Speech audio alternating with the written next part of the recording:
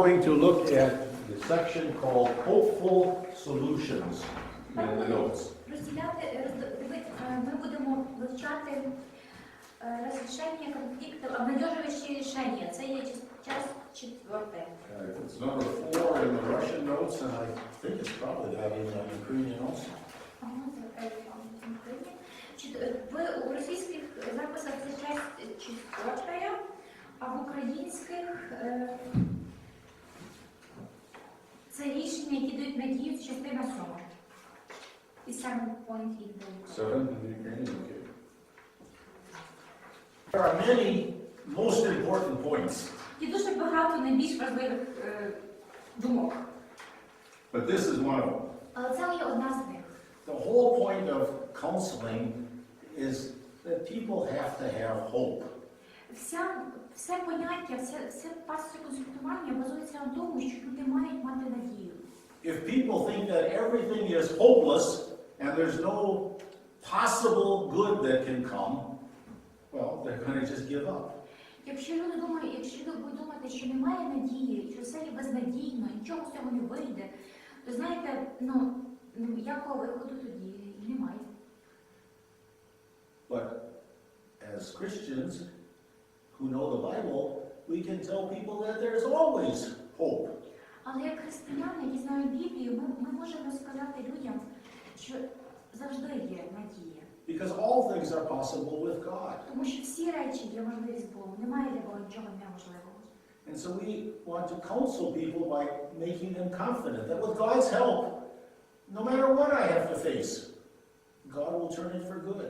Ми хочемо так проводити пастирське консультування, щоб людина думала, незалежно від того, що б не сталося, я з Божою допомогою, все буде добре, все зле вийде на добре. Let's look at a few Bible passages. Давайте знайдемо уривки з Біблії, чи з Біблії. These Bible passages show that we have hope because of the gospel, because of the good news of Jesus. І ці вірші Біблії показують, що ми маємо надію через Євангеліє, через добру новину Ісуса. So first of all, Romans 15, verse 4. Перше Римлян 14, вірш 4. And as you're looking it up, it says God gave us the Bible so that we can have hope. І в ній говориться, що Біблія дала, що Ісус дав нам Біблію, щоб мати надію. So whoever gets there first. Хто перший знайде? Romans 15, verse 4. Римлян 15, вірш 4. А все, що раніше написано нам на науку, щоб терпінням отіхли з Писанням мали надію. So that was only God gave us the scriptures so that we might have hope. Отже, це говориться про те, що Господь дав нам Писання, щоб ми мали надію. Through the Bible, God gives us hope. Бог дає нам надію. And look ahead to verse 13 in that same chapter. І подивіться знову вірш 14 в тому самому розділі. One of my favorite Bible verses. Один з моїх улюблених біблійних віршів. You have it, Anatoly? 15, А потім 13? знайшли 14, 13. 15, 13. Verse 13. 15 розділ, вірш 13. Бог же надії нехай вас наповнить всякою радістю і миром у вірі, щоб ви збагатились надією, силою Духа Святого. So what will the Holy Spirit give us according to this verse? Отже, що Дух Святий дасть нам на цього вірша? Надіжда. Hope. Hope. And before that, notice also joy and peace. А перед тим зверніть увагу мир і радість. And this comes through trusting in God, learning to trust God. А це приходить з тим, коли ми вчимось покладати свою надію на Бога. Isn't that neat? That God is the God of hope. Хіба це не прекрасно, що Бог є Бог надії? Look at Colossians 1:15. Подивіться, будь ласка, Колосян 1:15.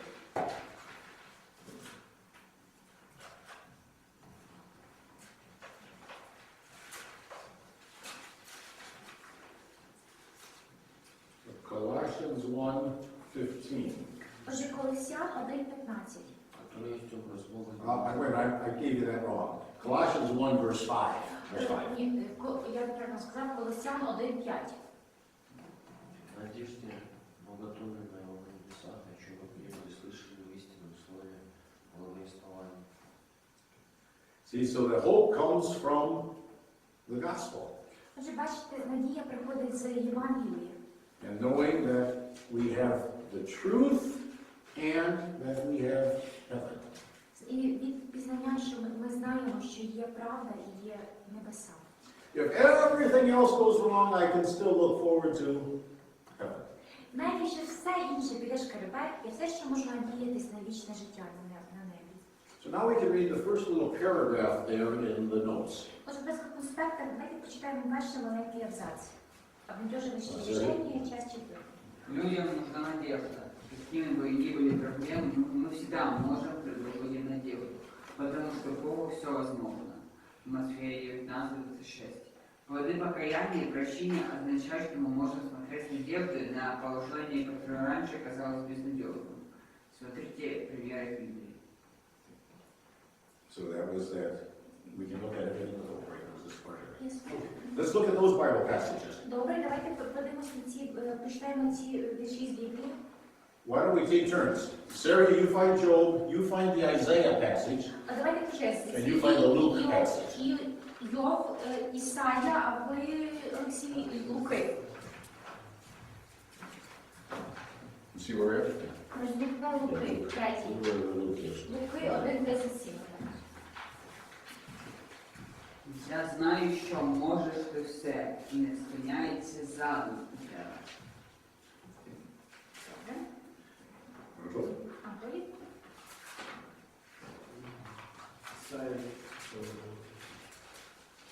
Він не буде кричати і кликати не буде. На вулиці чути. Ісая 43, перший 3. So Job, first of all, confess, I know you can do all things. Отже, Йов перше визнав, що може робити всі речі. There's nothing impossible for God. Немає нічого неможливого для Бога. Now Isaiah. Тепер Ісаї. А тепер так каже Господь, що створив тебе Якова, і тебе формував по Ізраїлю. Не бійся, бо я тебе викупив, та покликав ім'я твоє, мій ти. Коли переходимо через води, я буду з тобою, а через річки не затоплю тебе. Коли будеш огонь переходити, не побачишся, і не буде палити тебе його повну. Бо я Господь Бог твій, святий Ізраїль, святий Спаситель. Дав я на викуп за тебе Єгипта, Етіопію і Севу, замість тебе. So God says, don't be afraid. Отже, Бог каже, не бійся, I know you. я знаю тебе. And remember, I'm the one who created the world, so I got lots of power. Пам'ятаєш, я той, хто створив світ, отже, сили в мене достатньо, в мене багато, я всемогутній. And remember, I'm the one who rescued the people of Israel at the time of great danger for them. Пам'ятаєш, я врятував обраний народ в час, коли вони були в великій небезпеці. So I've shown by history that I have the power and the willingness to take care of my people. Отже, я показав в ході історії, що я маю бажання піклуватися і маю сили піклуватися про моїх людей. And so I promise that when those troubles come to you, I'm not going to let them burn you. Отже, я обіцяю, що коли ці проблеми будуть до тебе, ти з ними стикнешся, я не дозволю їм обпекти тебе. I'm going to take care of you. Я про тебе піклуюся. What did he say to Mary? Alexei? Олексій, що він говорить Марії, Бог говорить Марії. И у Бога не останется без сил такое слово. With God all things are possible, right? З Богом всі речі є можливі. Let's look at the next series of them. There's Romans 8:28. Наступна серія Римлян 8:28. And then Anatoly, you can look up. Антолій 1 Коринтян 10:13 і Олексій Ефесян 3:20. І знаємо тим, що хто любить Бога, хто покликаний Його постановою, усе допомагає на добре. Even when it seems all wrong to us, God has a good purpose in everything He lets happen. Так, навіть коли нам здається, що все є дуже погано, Господь посилає нам речі, що все виходить на добре. Антолій. Досягла вас спроба не інша, тільки людська, але вірний Бог, який не попустить, щоб ви випробувалися більше, ніж можете. Але при спробі полегшення дасть, щоб знести могли її. When a trouble trouble comes, what does that verse say God has already figured out? Коли проблема приходить, що говорить Господь? Що він вже вирішив? Що він зробить, коли приходить проблема? В цьому вірші що написано? Коли приходить біда, коли приходить проблема? В випробуванні Бог не допустить ці випробування більше, ніж можете. That God will give only such trouble that you can bear. That's first. He won't give us more than we can bear. Так, це перше поняття, що Господь не дасть нам більше, чим ми можемо витримати. And even before the trouble comes, what has He figured out? Але до того, як прийде проблема, що Господь говорить? Що до того, як прийде проблема? Не допустить. That He won't let us only take care of this. Yeah. Так. Doesn't it say that He's already figured out how He's going to bring us through it? Хіба там написано, що він ще до того, як прийде проблема, Господь вже знає, як він проведе нас через неї. В цьому вірші має написано. Перед тим. The end part of the verse. В другій частині 13-го вірша, що там написано? See, the end part of the verse says that he already has an escape plan. Тут написано, що він вже знає, що дає вже план, щоб і полегшення дасть, щоб знести могли ви її. See, in English it says he will provide a way out. І в англійській написано, що Господь дасть шлях, як вийти з цієї проблеми. Say that in Ukrainian? He will give the way to make the burden lighter. Okay, that would work, I guess. Добре? That he would finally rescue us is the Що в кінці idea. кінців ідея в тому, що Ісус Христос нас рятує. And what do we have in Ephesians 3:20? І що маємо в Ефесян 3:20? А тому, кто действующий у нас силой может сделать несравненно больше всего, чего просим и о чем помышляем. So God can do more than we can imagine Отже, Бог може зробити більше, чим ми можемо собі уявити. because of His almighty power. Через Його всемогутню силу. And all of us can look at Philippians 4, Давайте також ми знайдемо Филип'ян 4:12. and there are verses 12 and 13. І там ще 12-13.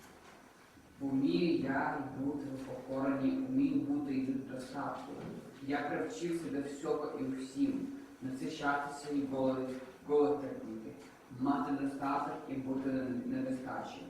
Я все можу в тім, хто мене підкріпляє, в Ісусі Христі. Paul says, I have been taught a secret. Павло каже, мені відкрили секрет. A secret that I've learned. І той секрет, який мені відкрили, It's the secret that makes me able to handle any problem that comes. і той секрет дозволяє мені витримати будь-яку проблему, яка прийде на моєму життєвому шляху. What is the secret, І Sarah? Сергій, що буде секрет? Це надія на Ісуса It's Христа. hope for the Christ, of the Christ. Okay? Добре? And how does he word it there? І як він це говорить тут, в цих віршах? Я все можу. That I can do everything in Christ. Yeah, okay, right. Christ will give me the strength. Так що Христос дасть мені сили. So the secret that we've learned is that no matter what the problem, Christ will give us the strength. Ваш секрет є такий, що незалежно яка б важкою не була проблема, Господь дасть нам сили. See, I can go to somebody in the hospital that the doctor just said, you have cancer and you're going to die soon. І я можу відвідати людину в лікарні, якій поставили діагноз рак і сказали, що вона скоро помре. And they might say, I don't know how I can possibly handle this. І вони, та людина, можливо, скаже вам, знаєте, отче, я не знаю, як я маю це все винести. And I can say to them, I know something. А ви можете відповісти йому, ви знаєте, я знаю щось. I know that you will be able to handle this. Я точно знаю, що ви з цим впораєтесь. Because Jesus promises He will give you the strength. Тому що Ісус обіцяє, що Він дасть вам сили. And as you are a pastor, you will see that this indeed is true. І ви в своїй роботі як пастир побачите, що це справді є так. There have been many times where I, as a pastor, was called to some kind of a tragedy. Дуже часто були випадки в моїй пастирській практиці, коли я, як пастир, мене кликали на якусь трагедії, коли ставалася якась трагедія. Maybe there was a car accident and somebody was killed. Наприклад, була автокатастрофа, і хтось помирав у цій Or автокатастрофі. maybe it was somebody whose baby died. Або помирала дитинка чиясь. And I usually went to those very nervous and shaky. І я завжди приходжу дуже такий знервований і мене трясло трішки. And usually I found the people quite strong, the ones who were left. І взагалі-то я знаходив людей, які вже залишалися після тої трагедії, достатньо сильними. Because the Lord had kept his promise. Тому що Господь виконав свою обіцянку. In the middle of this tragedy, all of a sudden the Lord gave them that extra strength that they needed right then. Посередині всієї цієї трагедії Господь давав їм цю додаткову силу, якої їм бракувало в той момент. And in a lot of these situations, they ended up comforting me rather than me, the pastor, comforting them. І багатьох ситуацій закінчувалося тим, що вони утішали мене, а не я, пастор, утішав їх. It's like the Lord poured some miraculous strength into them to handle a very difficult situation. Схоже на те, що Господь чудесним способом наділив їх надзвичайною силою в той момент, і щоб вони могли витримати цю трагедію. And we, as we carry out our ministry, we become more and more convinced, yes, the Lord is there with his strength to help his people. І ми, коли проповідуємо, ми чим більше ми читаємо Слово Боже, ми тим більше дізнаємося і стаємо переконаним, що так, Господь дає свою силу. And so we give a message of hope to the people on the basis of God's word. І ми даємо людям надію, яка базується на Слові Божому. This means that people need to see their strength and their value in Jesus Christ. Означає, що люди хочуть бачити свою вартість, свою силу в Ісусі Христі. We are the children of God. Ми є діти Божі. God is with us. Бог є з нами. God takes care of us. Господь піклується про нас. Let's read the next paragraph. Anatole. Давай почнемо наступний абзац, Анатолій. Люди имеют потребность в ощущении собственной значимости. Они хотят чувствовать себя полезными и ценными. Для этого необходимы две составляющие. Значимость, цельную важность и уверенность, любовь, признание. So humans will look or need to feel important. Отже, люди потребують відчувати себе важливими. Люди мають відчувати себе важливими. Now everybody needs to feel that I'm important. At least I'm important to somebody. Кожній людині потрібно відчувати, що я важливий принаймні комусь. Maybe I'm important to my parents, maybe I'm important to my wife, maybe I'm important to my children, but I'm important to somebody. Можливо, я важливий для моїх батьків, можливо, я важливий для моєї дружини чи чоловіка, можливо, я важливий для своїх дітей. Але важливо мені розуміти, що я важливий для когось. And people would look to family or maybe their job or their money to make them feel important. І люди будуть шукати в своїй сім'ї, в своїй роботі, в своїх, можливо, грошах, у цього відчуття важливості, що вони є важливі. And people need to feel secure. І людям потрібно відчувати себе в безпеці. You know, I think that's one of the sad things about your country. You don't feel real confident or secure. І це одна з сумних речей стосовно ваших країн. Ні в Білорусі, ні в Україні відчувати себе повністю в безпеці важко. You know, people feel secure if maybe they've got money, they've got a good job. Можно быть в безопасности, но это только если полностью быть лояльным правительству, то все нормально. You could feel safe, but if you will be totally loyal to your rulers, if you just agree with totally with what they say, then you kind of lose the feeling that you're unsecure and you're totally secure. Well, and maybe you don't have to worry about going to jail. І так, і можливо тоді вам не треба піклуватися про те, що вас можуть посадити в тюрму. But I suspect that the average Ukrainian has to worry a little bit about how I'm going to pay my bills next month and what's going to happen 5 years from now. Але я думаю, що кожен українець, напевно, білорус, він собі так думає, і переживає, як мені платити рахунки за цей місяць, що буде через 5 років. But to feel secure, people would maybe look at that, well, I got a good job. І щоб відчувати себе в безпеці, люди будуть шукати за достойною роботою. Or I've got a lot of money saved. Або в мене є достатньо заощаджень. Or I have one of these big houses that will give me some security. Або в мене є цей великий будинок, який дасть мені відчуття безпеки. Or maybe just I can take care of myself. Або я сам можу попіклуватись про себе. I'm not worried about the future because I'll be able to take care of myself. Я про майбутнє не турбуюсь, я сам з цим впораюсь. But what's the problem with all these things? Але в чому проблема з усіма цими речами? Що тут не так? Мы опираемся на людей, на Бога. We make emphasis on the human being issues, but not on God. Right, and all those human things can just crash again. Так, і всі ці людські речі, вони є тлінними, вони зникають дуже швидко. A lot of people in the United States who had a good job all of a sudden have lost their job. There's no job.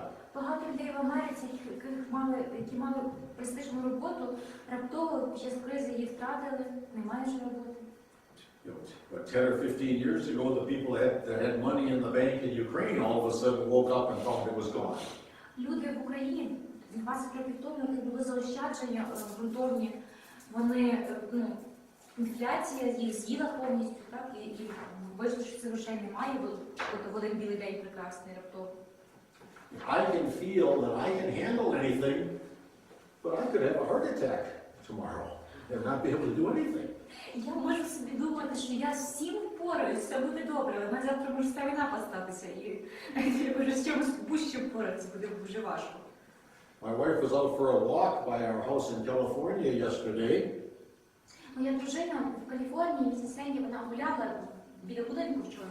and she saw an ambulance by the sidewalk and found out it was our next door neighbor who had just had an aneurysm burst in his head. І вона побачила швидку допомогу біля будинку нашого сусіда, який живе з нами поруч, двері, і вона зрозуміла, що це нашого сусіда стався мікроінсульт. He started out in good health going for a walk and ended up on the sidewalk almost dead about that fast. Починалося прекрасно, він пішов прогулятися, бо здоровий, в здоровому дусі чоловік, а закінчилось тим, що він лежав на тротуарі і майже ледь не мертвим ось так, в 2 секунди. So I might be thinking I can handle anything, and then some serious sickness comes, and all of a sudden I've lost what I was trusting in. Я можу собі думати, що я вірю, що я собі щось вірю в щось, і в одну секунду втратити все це. And Alexei diagnosed the problem. І Олексій поставив діагноз цій проблемі. All these things are human things that can simply fail us at any moment. Всі ці речі – це є людські речі, вони є вільними, і вони підведуть нас і можуть підвести будь-якої хвилини. Our importance rests in the things that cannot fail us. А наша важливість, вона базується на тому, що підвести нас не може. Security depends on the one who will not fail us. Впевненість залежить від того, хто нас не підведе. And so we have the privilege as Christian counselors to direct people toward God, the one that they can rely upon. І в нас є привілей, в нас є перевага як пастирського консультанта, як християнина-консультанта, відвести людей до Христа, до того, на кого можна надіятись. So Alexei, why don't we read the paragraph there? You read that, which says what you just said. І, Олексій, будь ласка, почитайте внизу сторінка цих параграфів, які ви щойно читали про те, що ви говорили. Оцей внизу, перший шаг. Первый шаг к обнадеживающему решению показать людям, кто они в Христе. Через Христа мы искупленные дети Божьи. Наша значимость очень велика, потому что Бог так возлюбил нас, что отдал свою жить и умереть за нас. Это истина, и она остается истиной. Даже если мы потеряем работу или от нас уйдет супруг, с этой истиной приходит уверенность. Хотя нам нужно сталкиваться с проблемами и трудностями в этой жизни, мы имеем надежду вечной жизни на небесах. Мы имеем вечную уверенность через Христа.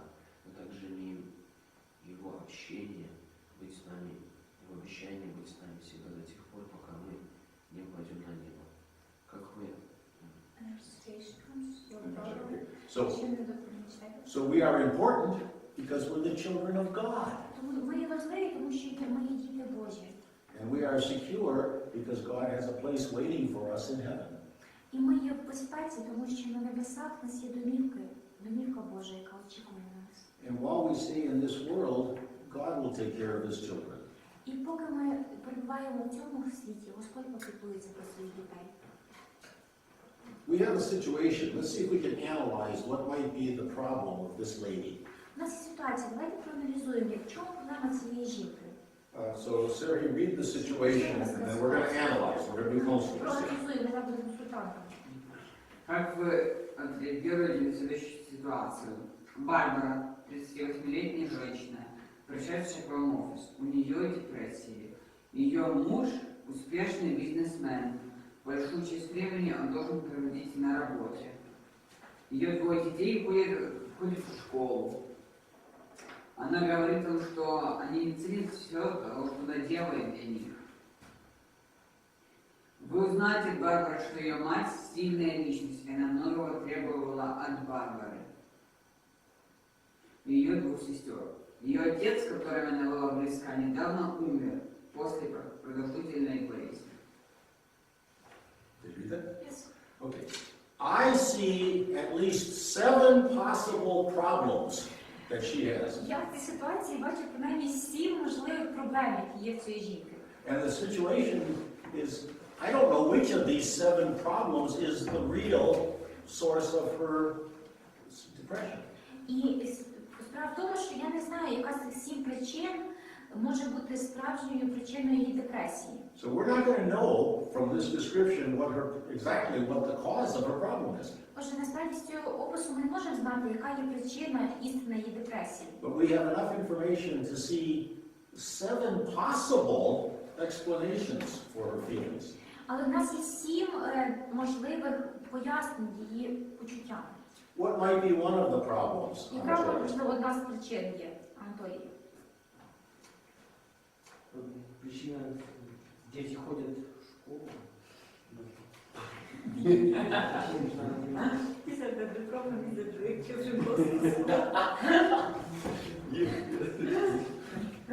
Well, look what goes on next though. Але подумайте, що потім після того йде. They're in school and they don't appreciate what she does for them. Вони доходять в школу, але вони не цінять того, що вона робить для них. So she feels perhaps, unappreciated. I try hard and nobody cares what I do. Тому, можливо, вона відчуває себе неоціненою. Я так стараюсь, я справді вкладаю душу те, що я роблю, а ніхто до цього діла не має. Ніхто не цінує. And that's very real. І це дуже життєва ситуація. I don't think I ever said thank you to my wife for vacuuming the carpet in our apartment. Я думаю, що я своїй дружині ніколи не дякувала за те, що вона чистить палац, коврик в квартирі. And I can guarantee when I was a high school kid, I didn't come home from school and say, Mama, thank you for doing the wash today. І я можу гарантувати, що коли я був в старшій школі, в старших класах, я не приходив додому і не говорив, мама, дякую тобі, що ти прала мої речі сьогодні. So part of being a faithful mother is that nobody seems to appreciate or understand. It would be strange if you say yes for that. Отже, частиною того, що ви є вірною мамою, це те, що в кінці кінців мало хто це до кінця оцінить. But can't you see, if you're the mother, you say, nobody notices or appreciates what I do around here. Але ви бачите, що ви як мама говорите, ніхто не цінить цього того, що я роблю тут. See, and we have to show her from the Bible that God knows when you are being a faithful mother. Але ми маємо показати їй в Біблії, що насправді Бог бачить те, що ви є вірною мамою. As a Christian, you're serving God, even if nobody in this world seems to notice or care. Як християнин, ви служите Богові, навіть коли всі інші не зважають на вашу працю. What other problems do you see there? Яка ще не є проблема? Яку ви ще проблему тут бачите? Муж, занятый человек, The husband is very busy man. He doesn't pay any attention. She feels a lack of attention from her husband. Okay, so lack of attention, like loneliness. Так, отже, в неї є брак уваги, можливо, самотність. I'm all alone. Nobody gives me any time or attention. Я повністю одна, ніхто не приділяє мені жодного часу, нікого я не цікава. You see some other possibilities. Які ще можливі причини бачите? У нее заниженная самооценка I guess из-за she has low self-esteem. ее матери. Because of her которая mother. слишком много Her требовала. mother was too highly, put too high standards for her. Right. See, that's real.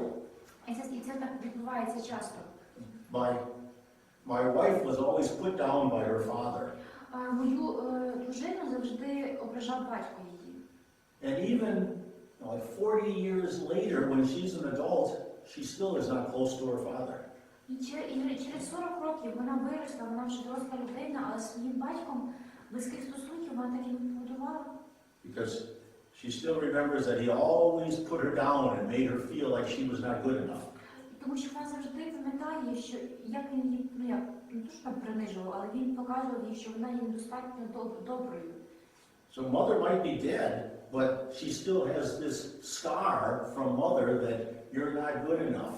Отже, мама, можливо, її вже й померла, але шрам на серці залишиться, який говорить, ти недостатньо добра, ти недостатньо добре щось робиш.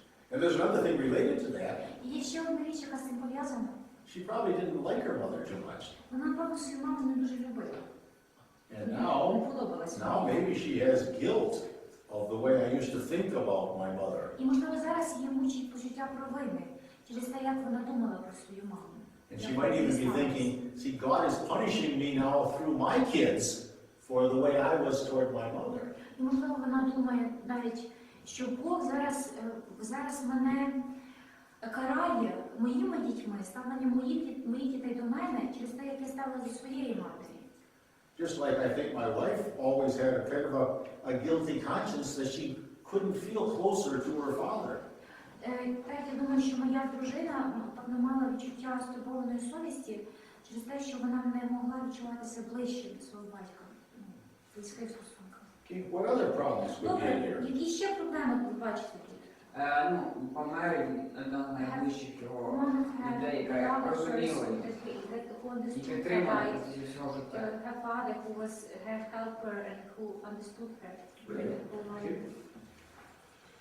Plus, Так, і плюс, so that would be grieving. Grieving. She's missing her father who's died. отже, це є сум, це є печаль. І вона є в печалі за батьком своїм, за ким сумує. And this could have something to do with purpose in life. І це щось має спільне з метою життя, яка є мета життя. See, while her father was alive and sick, she probably took care of him and visited him and had a purpose for her life, something to do. Поки її батько був живий і хворів, тут написано, що після переживання болезні, вона, напевно, доглядала за ним, вона не було чим зайнятися, в неї була мета. And now all of a sudden, her life is kind of empty. What's my purpose now? What do I do with myself? А тепер, як грім серед ясного неба, її життя немов би порожнє. Що я маю робити з цим всім? Що мені взагалі робити кожен день? See, that happens a lot in a family. Отже, бачите, це часто стається в родині, в сім'ї. When the children are young, you go to school events, you have to pack their lunch, you help them with their homework. Поки діти маленькі, ви маєте доглядати їх, маєте ходити з ними в дитсадочок, на утренніки різні, потім в школу, потім готувати їм обіди, вечері, доглядати за ними. Then they go to high school and they don't want to have anything to do with you as parents. Потім діти йдуть в старшу школу і вони намагаються триматися господарче, як від батьків. And then they move out and all of a sudden you're got an empty life. А тоді вони виїжджають і йдуть в своє вільне життя, і ви раптово, як грім серед ясного неба, є один. So it may be that Barb's purpose in life was caring for her father. He's dead now, and what's she supposed to do with her life? Отже, можливо, мета житті Барбари це було піклуватися про її хворого батька, тепер він помер. І що їй робити кожного дня в своєму житті? Do you see anything else that might be in here? Може, бачите ще якусь проблему, яка є тут? Муж у нее, постоянно занят на работе. А ми це ж говорили. Говорит, About your husband, he's always maybe the fact that he doesn't want to pay any attention toward her, that he feel affection toward her. Okay, so there could be a marriage problem. Так, ви праві, Олексій, що може в тому понятті є і що тут те, що він просто не проводить багато часу з нею, можливо, це є проблема в самому шлюбі. Що... Yeah, it'd be very, very possible that the reason he's so busy is because he does not want to spend time with Тому her. що дуже часто, і так буває, і можливо і тут ця ситуація, що причина, чому він так багато часу проводить на роботі, в тому, що він не дуже і прагне додому, він дуже хоче з нею проводити багато часу. And whose fault would that be? Як ви думаєте, чия це провина, якщо чоловік не хоче проводити з дружиною багато часу? Як ви думаєте, хто винен? обои. Both. Yeah, we don't know. Так, ми не знаємо, хто винен. It could be that she is so unpleasant that it's better to just stay away. Може бути так, що вона настільки неприємна, як людина, чи там взагалі неприємна, що він вибирає якась ще десь подалі від неї буду, ніж в її оточенні. But it might be that the husband is a workaholic whose priority is making money and he's forgotten his responsibility toward his wife and family. Але можливо також, що і чоловік є трудоголік, і він забув про свій обов'язок, і його єдина мета заробляти гроші, і можливо забув про свій обов'язок піклуватися з любов'ю про свою дружину і своїх дітей. See, the husband might get his sense of self-worth by being very successful at his business. Чоловік, можливо, піднімає свою самооцінку і своє самовпевненість тим, що він стає великим, успішним бізнесменом на роботі. So he's happy to work extra long hours because that makes him kind of feel good. І йому приємно працювати поза уроки, поза добові години, понаднормові години, тому що він після цього відчуває себе краще, його самооцінка підвищується. But he could be neglecting his family. Але водночас таким чином він може і зневажає свою сім'ю. What else? I still see two more things. Які ще проблеми? Я ще бачу дві проблеми. I see one in the first line, in the first sentence. Я бачу один в першому реченні, в першому лінійці. Что 38 лет. Де 6 років. Is it a problem? That probably is not a problem. Ні, це проблема, це факт. Although, actually, it just may be. Але хоча взагалі-то і це може бути проблемою. That could be. Це може бути How проблемою. could that be? А як це може бути What's the проблемою? problem with being Психології. 38? З психології, ви знаєте, які кризи є. І 38 років яка криза? І the crisis of the middle age.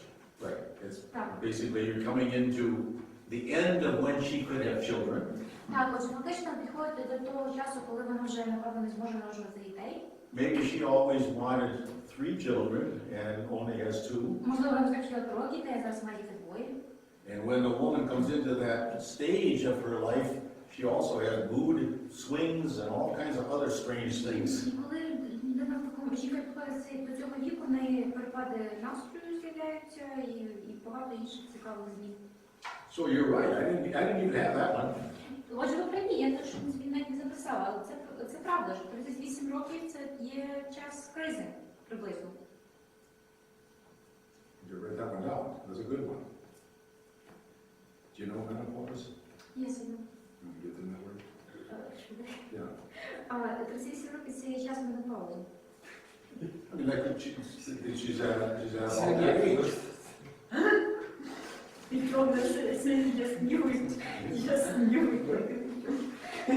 I still have 2 more then. Добре, бо є ще дві проблеми. Notice in the first sentence, she's depressed. Подивіться, в другому реченні, в першій лінійці сказано, що в неї депресія. Well, there is a sickness, clinical depression. Взагалі-то це є така хвороба, клінічна депресія. It's possible that she really has the sickness of depression that makes her feel down about everything. Можливо, вона справді серйозно хвора на медичну хворобу, депресія, яка спонукає її почуватися постійно пригніченою і в поганому гуморі. We'll have a whole lesson just talking about clinical depression. У нас буде цілий урок, який впродовж якого ми будемо обговорювати клінічну депресію як хворобу. And if somebody is clinically depressed, they probably won't get better without the help of a doctor and some medicine. Якщо людина клінічно страждає від клінічної депресії, краще їй не стане без допомоги лікаря і препаратів медичних. And I see one more thing. І я бачу ще одну річ. Что-то в офис пришло. That she came to the office to see the deadline. No, not what I've been doing. І це мені А можливо, тому що мати сильна лічність, вона хоче стати That теж her mother is very strong personality. She wants to become the same. That І вона розуміє, що в неї she не understands that she is not like that. That she діти doesn't її не strong. поважають, Children чоловік не doesn't поважає. respect her, and she wants to be like her mother. She wants to be strong. That might come back to what we said with low self-esteem or whatever, but yes. Але це, ви праві, але це, напевно, більше стосується, що ми вже говорили про питання низької самооцінки. The other one I see Інше, що я бачу, is simply that she fails to recognize her blessings. це те, що вона насправді не бачить своїх благословінь. Remember what Paul says, when you have food and clothes, learn to be content with that. Де те, що говорить Павло? Якщо у вас є їжа і одяг, навчіться бути вдячними за це, бути вдоволеними. You may have to say, shame on you. Ви, можливо, маєте сказати, має бути соромно. You got a house, you got food, you got children, you got a husband. Stop feeling sorry for yourself. У вас є їжа, у вас є одяг, у вас є будинок, у вас є діти, у вас є чоловік. За що ви себе так жалієте? Перестаньте жаліти себе, у вас все добре. But see, which one is the problem? Але як ви думаєте, в чому є проблема? We don't know. Она слишком много требует. Maybe she wants too much. She wants from, She might be unreasonable in what she expects. Так, можливо, вона очікує на якісь завищені потреби, вона може очікує щось надзвичайно. Maybe she's too high expectations. Yeah, we call that unreasonable expectations. Так, і в Америці називається безпідставні очікування. That I want Alexei to get 100% on every test. Я хотів би, щоб Олексій писав тести на 100% кожен з них. And I'm sure he won't disappoint me. І я впевнена, що мене не розчарує. But maybe that's a little bit of an unrealistic expectation. Але, можливо, це є трішки безпідставне очікування. Безпідставне очікування. Нереалістичне. Okay, so, see, I hope this illustrated the real point that we're trying to make so far. Надіюсь, що це проілюструвало основну думку, до якої ми хотіли дійти зараз. We can't just quickly assume we know what the problem is. Що загально ми не можемо знати, яка є дуже швидко поставити діагноз, яка проблема в неї. There's all kinds of problems that could be the cause of almost any situation. Є дуже багато проблем, які могли б спонукати, привести до дуже багатьох питань. Багатьох проблем. So that's where we have to listen, and why sometimes counseling takes quite a while of time. Через це нам треба навчитися слухати людину і чути її. І можливо, інколи пасторське консультування займає достатньо багато часу і довго тривалим процесом. And I suspect if Barbara came to my office, I would say, let's just take one issue right now, and let's see if we can solve one issue, then we can move on to a different one. І якби Барбара прийшла до мене за консультацією до пастиря, на пасторську лекцію до мене, я би сказав їй так. Барбара, давайте розглянемо кожну з вашою проблемою крок за кроком. Одну проблему, потім другу і так далі. But see, that's where hopeful solutions comes in. І бачите, тут приходять обнадеживающие рішення. Let's just try to solve one problem. Давайте спробуємо вирішити одну проблему за іншою, одну, по черзі. And then we can say, hey, we had success with this one problem, now let's try another one, there is hope. І тоді ми можемо сказати, дивіться, ми з однією проблемою вже впоралися, є надія, що ми споримося із наступною. I used the illustration of my wife when we first got married. Я часто використовую такий образ, приказ власного життя, коли я одружився щойно з своєю дружиною, ми тільки одружилися. She used to hide my shoes. Вона ховала мої мої чоботи. Every night she hid my shoes. Кожен вечір вона ховала мої чоботи. А чубаты это что? Ботинки.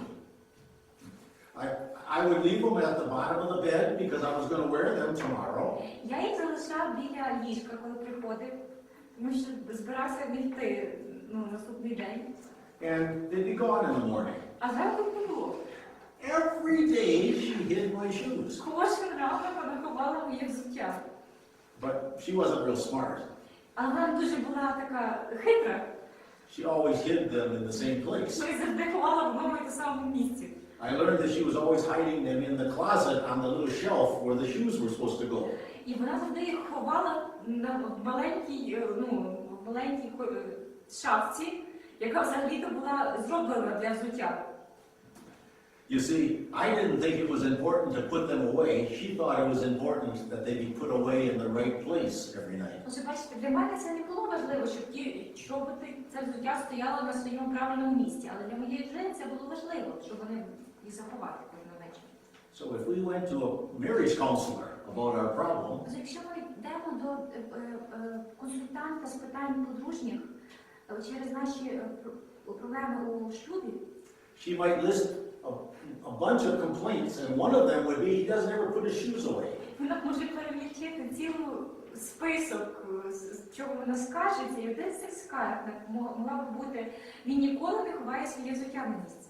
And I might say to myself, couldn't you put the shoes away and make her happy? А я собі міг сказати, ой, хіба ти не міг сам сказати, хіба я не міг ті чоботи сховати, і щоб вона щаслива була? So I say, okay, I'll put my shoes away. І тоді я кажу, добре, спокійно, я буду ховати своє взуття. Well, next week, Наступного I тижня go back to the counselor, and the counselor said, what went well at your house this week? і я повертаюся до консультанта з питань подружжя, і консультант мене питає, що в вашому домі за цей тиждень сталося добре, що добре відбулося? And my wife says, well, he started putting his shoes away every day. І моя дружина каже, знаєте, він почав ховати своє взуття кожного вечора. See? And the counselor says, good, look at that. There's hope that we can work through all these problems like І that. консультант робив правильний висновок з цього. Дивіться, це добре. Є надія, що ми всі ваші проблеми вирішимо таким самим чином, як тут з взуттям. So we're not going to be able to finish this lesson today. Ми сьогодні не зможемо закінчити цей урок. But that's really the key. When somebody comes back, you say, what good happened this week? А це насправді є ключовим питанням, що коли до вас хтось повертається на другий сеанс пастирської ранності, ви його питаєте, що доброго відбулося у вашому житті впродовж останнього тижня чи колись не бачили. And we hope that the person can say, I can see that he's trying because one thing went well. Я надіюсь, що людина відповість, я бачу, що він старається, тому що одна річ пройшла добре, він зробив щось добре. And then we can say, okay, see, there is hope. Now let's see if we can work on another problem. Отже, бачите, ми можемо сказати, так, є надія, тепер ми можемо працювати над іншою проблемою. It shows that the person is trying to solve the problem, and it shows that we can solve a problem. Це показує, що людина може владнати свою проблему. І те, що ми вже працюємо над тим, щоб цієї проблеми більше не було, щоб владнати її. Okay, so that's the key. We have to show that there's hope of solving the problem, and we know there is hope because all things are possible with God. Це є ключове питання на сьогодні. Ми маємо показати людині, що є надія, і що ця надія є в Бозі. Okay, go have lunch, and we'll try to have worship at about 12:45. Зараз обід і в 12:45, будь ласка, приходьте в капличку, у нас буде богослужіння. Хлопці написали листочки ці особи.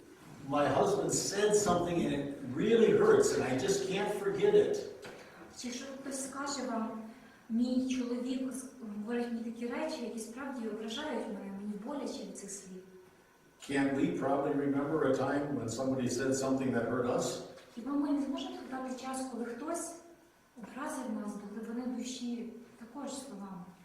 So we have worked with God's word, we have faced temptation, we have faced problems. Отже, ми працюємо Словом Божим. Ми самі пережили спокуси. Ми боролися з спокусами і We're convinced that God has helped us through His word. ми переконані, що Господь Бог допоміг нам через своє Слово. And now our privilege is to share what we've experienced by sharing the word with people so God can help them. І наш привілей є поділитися те, що пережили ми, з іншими. Як Господь допоміг нам, так само ми можемо поділитися з іншими. And in one way it's kind of like preaching. І певним чином це є проповідування. Who's the first person you should preach a sermon to, Sarah? Хто є першою людиною, якій ви маєте проповідувати? Себе. Myself. Yeah. See, you start, when you're going to write a sermon, you start by saying, what does God say to me in this situation? Так, першопочатковим пунктом, коли починаєте писати проповідь, ви запитуєте самого себе, що Господь говорить мені.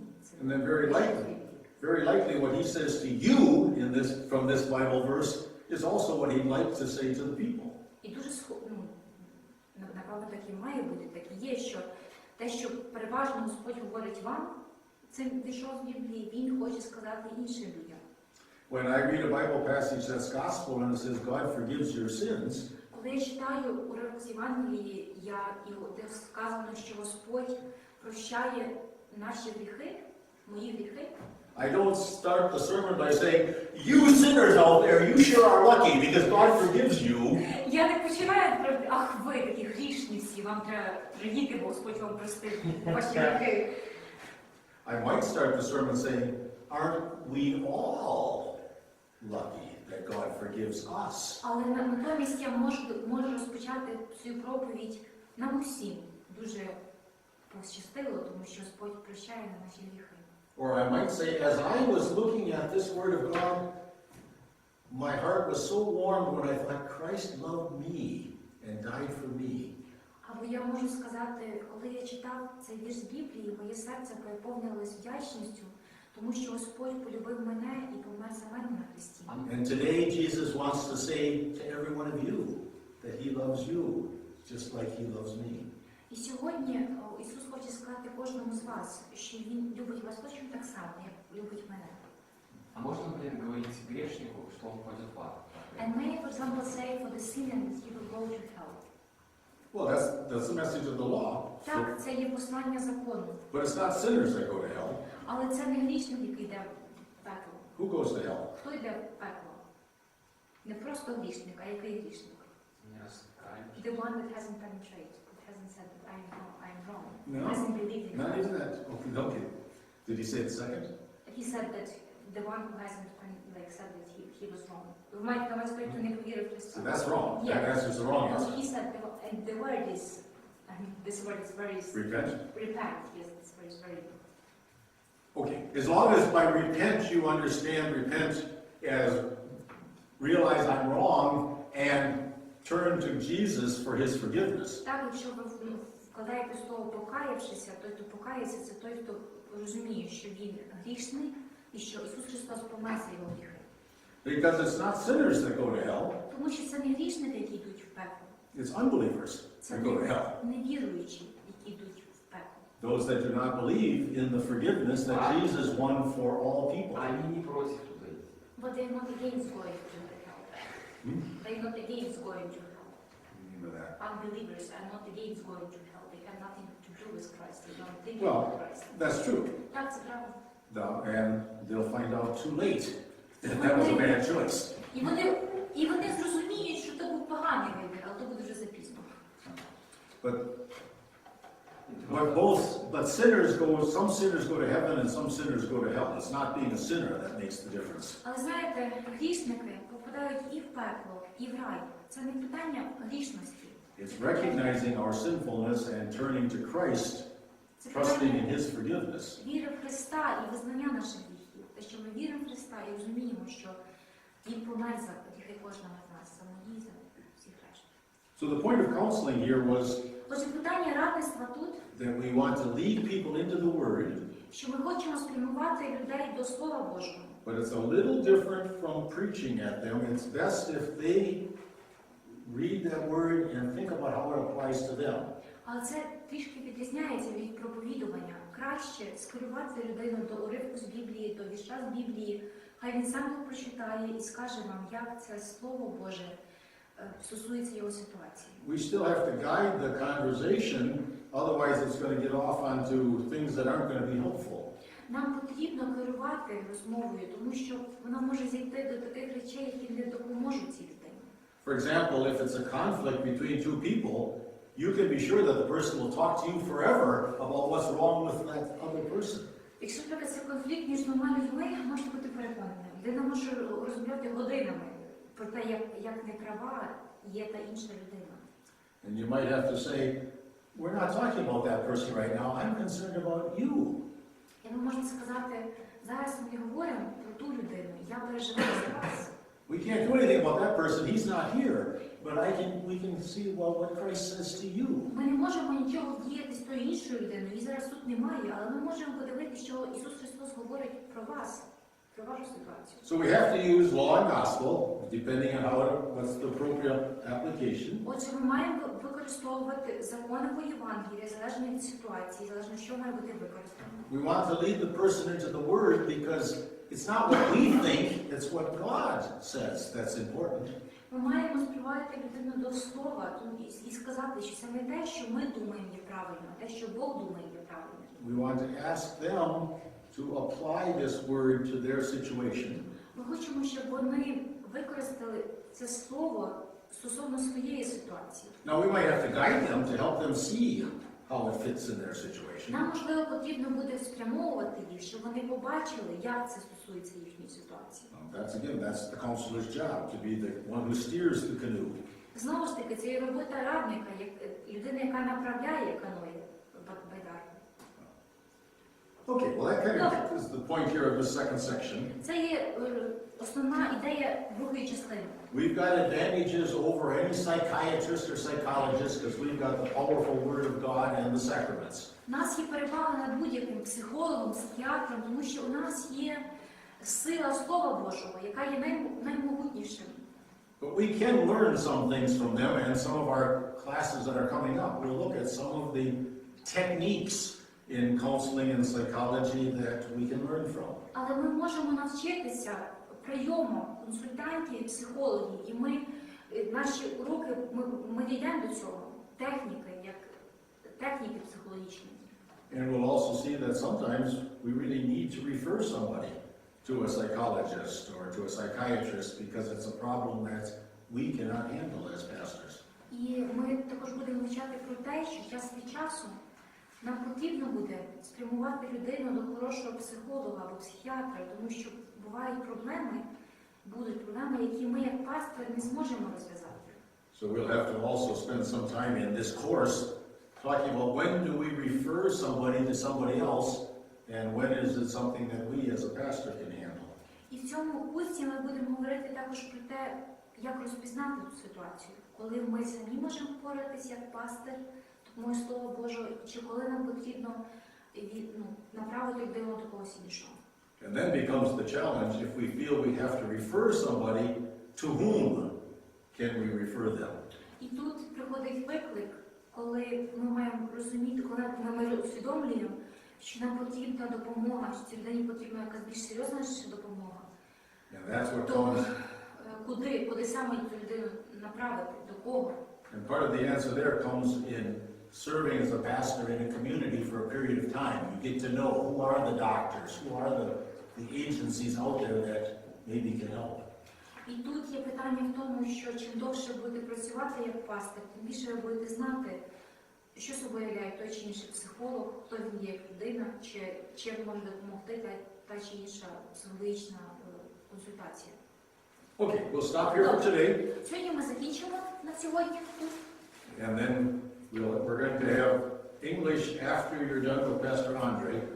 І ми будемо проводити сьогодні урок англійської мови після того, як ви проведете грецьку з пастором Андрієм. So whenever he finishes, You get a 10-minute break and then come back up here. Отже, коли б він не закінчив пару, ви собі 10 хвилин з перерви і повертаєтеся в аудиторію.